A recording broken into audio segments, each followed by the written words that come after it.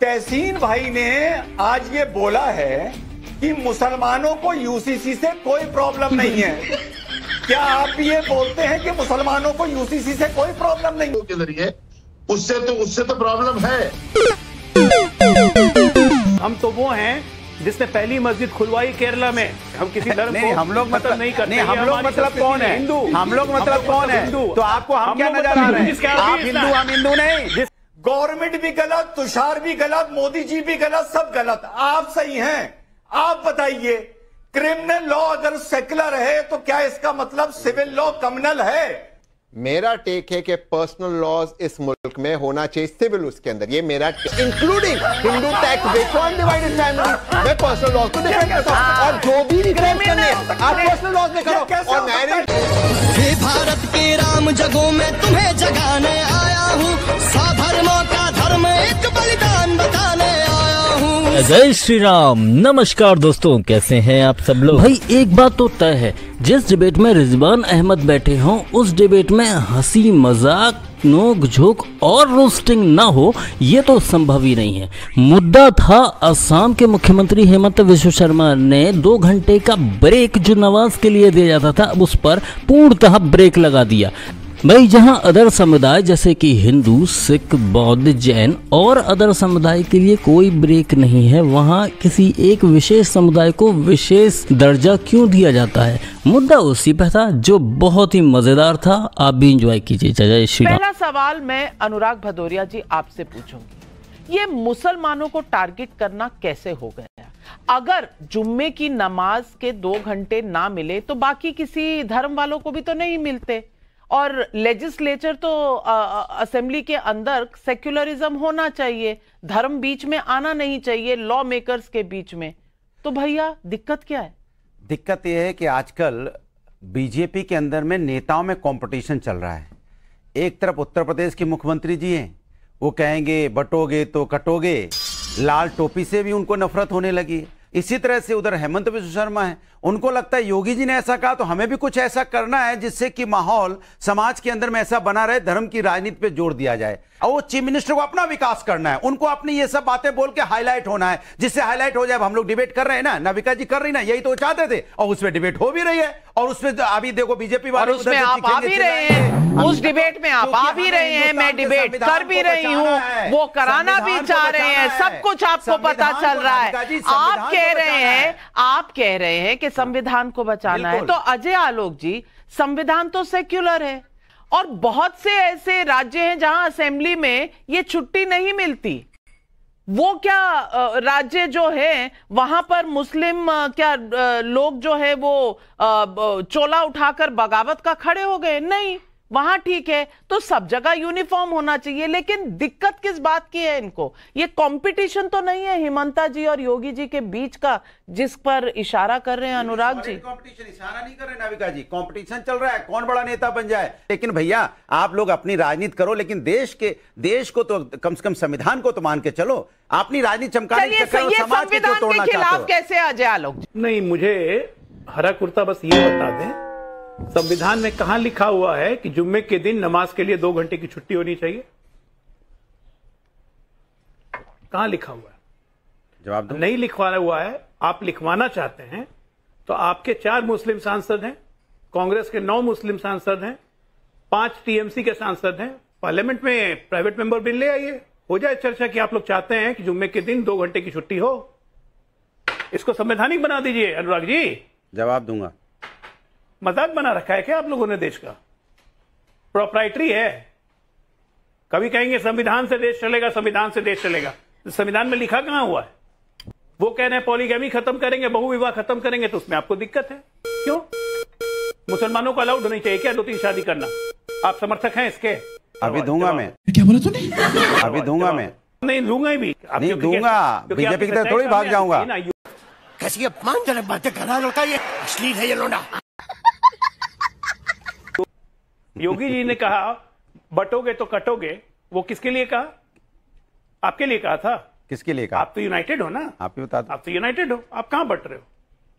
नहीं, आप कहां बट रहे हो? किसके लिए कहा? आप बता दो। हिंदुओं को लिए कहा, उसमें आपको क्या दिक्कत है? आप तो नहीं ना हैं। आप बीच में क्यों बोल रहे हैं? मुझे तो बात खत्म करने दीजिए। बात है कि ये नैरेटिव ही गलत है।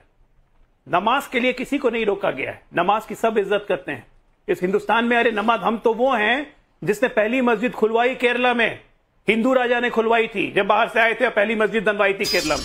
हम लोग वो हैं, हमारे पास आके सब धर्म नहीं, हम लोग मतलब क्या हुआ, संरक्षित होते हैं, आगे बढ़ते हैं। हम किसी धर्म नहीं, को हम लोग मतलब नहीं करते। नहीं, हम लोग मतलब कौन है, हिंदू, हम लोग मतलब कौन है, तो आपको हम क्या नजर आ रहे हैं? आप हिंदू, हम हिंदू नहीं, खाओ माँ कसम। जिसके आप भी बताओ, हम लोग लेकिन आपको मुस्लिम चाटुकारिता की आदत पड़ गई है। हिंदू राजा ने वहां पे मस्जिद बनवाई थी कि हिंदू अपनी कुरीतियां को तो आराम से निकाल रहा है, कोई विरोध नहीं होता है। न हिंदू के कोई ग्रंथों का अपमान होता है, न गीता का अपमान होता है, न रामायण का। लेकिन जब मुसलमानों में अगर रिफॉर्म्स की बात होती है तब तस्लीम बोला वाला क्यों चुप हो जाते हैं?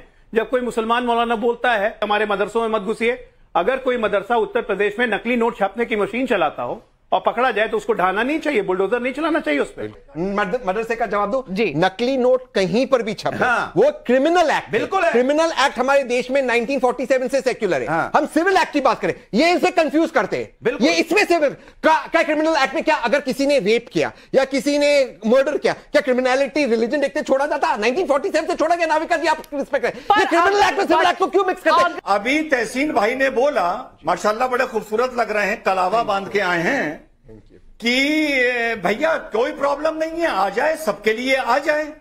मैं बस इतना चाहता हूं, नेशनल टीवी पर जो मौलाना साहब बैठे हैं, तहसीन भाई, आप तो कलावा बांधने वाले मुसलमानों में टोपी पहनने वाले मुसलमान की बात कर रहा हूं। आप उनसे यही बात कहलवा दो कि हमें यूसीसी से कोई प्रॉब्लम नहीं है, सबके लिए आ जाए, समाज को सुधारने के लिए आ जाए। पहली चीज। और अभी आपने बोला तहसीन भाई कि 1947 के बाद सिविल लॉ की बात हो रही है, क्रिमिनल की नहीं हो रही है। क्रिमिनल सेकुलर है, आपने ये शब्द यूज किया, क्रिमिनल सेकुलर है, इसका मतलब सिविल सेकुलर नहीं है। आप अभी जाने अनजाने अपने मुंह से बोल गए कि सिविल कानून, इसका मतलब भारत में क्रिमिनल है और क्रिमिनल कानून सेकुलर है, ये आपने बोला है जी। तो फिर आप तय कर लीजिए कि भारत का सिविल कानून जिसमें मुस्लिम पर्सनल लॉ आता है, ये क्रिमिनल है या सेकुलर है? ये तय कर जवाब बताइए। एक ही लाइन में दे देता हूं। रिजवान भाई वापस थैंक यू आपके कॉम्प्लीमेंट्स के लिए, लेकिन इसका जवाब आप मुझसे नहीं, माननीय तुषार मेहता जी से ले लीजिए। कई बार, एक बार नहीं कई बार उन्होंने माननीय सुप्रीम कोर्ट में पर्सनल लॉज को डिफेंड किया है, कई बार डिफेंड किया है। मैं तो कह रहा हूं कर दीजिए ना। अब आप देखिए, Hindu undivided family tax break जो मिलता है, आप एक मिनट, तहसीन भाई ने लगता है दीवार बहुत देखी है, बार बार कह रहे हैं पहले उसका साइन लेके आओ, पहले उसका साइन लेके आओ, पहले उसका साइन लेके आओ।